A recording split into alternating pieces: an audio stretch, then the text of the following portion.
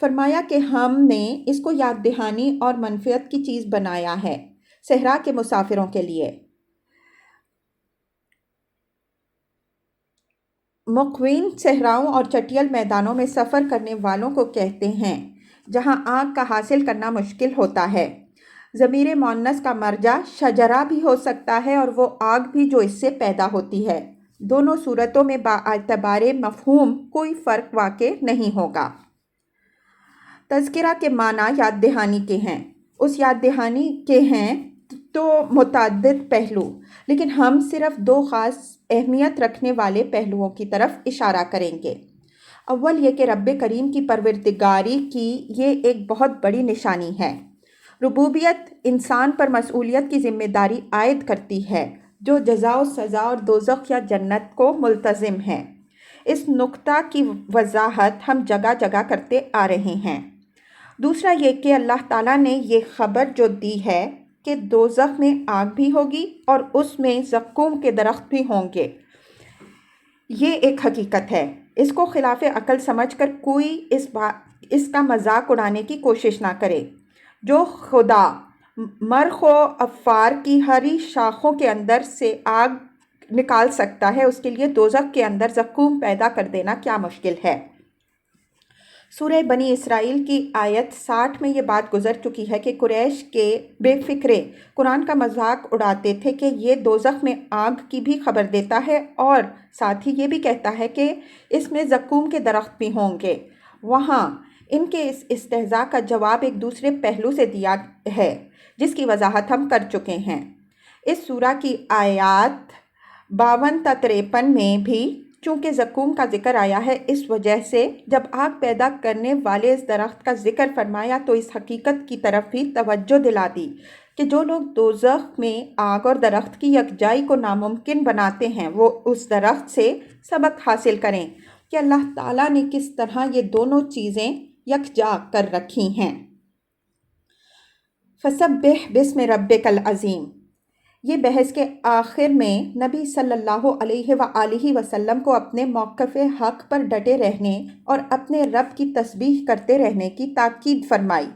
اس تاکید کا یہ محل ہے کہ جہاں تک دلائل کا تعلق ہے وہ تو تمہارے ساتھ ہیں، لیکن یہ ہٹ دھرم لوگ ماننے والے نہیں ہیں، سو ان کی پرواہ کرنے کی ضرورت نہیں۔ تم اپنے رب کی تسبیح میں لگے رہو۔ تسبیح یہاں وسیع معنی یعنی پاکی بیان کرنے کے مفہوم میں ہے۔ مطلب یہ ہے کہ یہ خواہشوں کے اندھے پرستار تو یہ گمان کیے بیٹھے ہیں کہ اللہ تعالیٰ نے یہ دنیا محض ان کے عیش کے لیے بنائی ہے۔ ان کو علم نہیں ہے کہ رب عظیم اس بات سے پاک اور برتر ہے کہ وہ کوئی عبث اور محض کھیل تماشے کی قسم کا کام کرے۔ اس پر واجب ہے کہ وہ ایک ایسا دن لائے جس میں اپنے شکر گزار بندوں کو ان کی شکر گزاری کا صلہ دے اور جو ناشکرے ہیں وہ کیفر کردار کو پہنچیں۔ بسم رب میں بی کا صلہ اس امر کا قرینہ ہے کہ سبح یہاں استعانت کے مضمون پر بھی متضمن ہے، جس کے معنی میں یہ اضافہ ہو جائے گا کہ اپنے رب کی تسبیح کرو اور اسی سے اس صورتحال کے مقابلے کے لیے مدد مانگو۔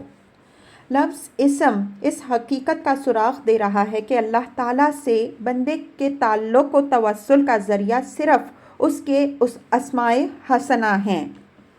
انہی کی معرفت سے خدا کی معرفت حاصل ہوتی ہے جو تمام صحیح علم و عمل کا سرچشمہ ہے۔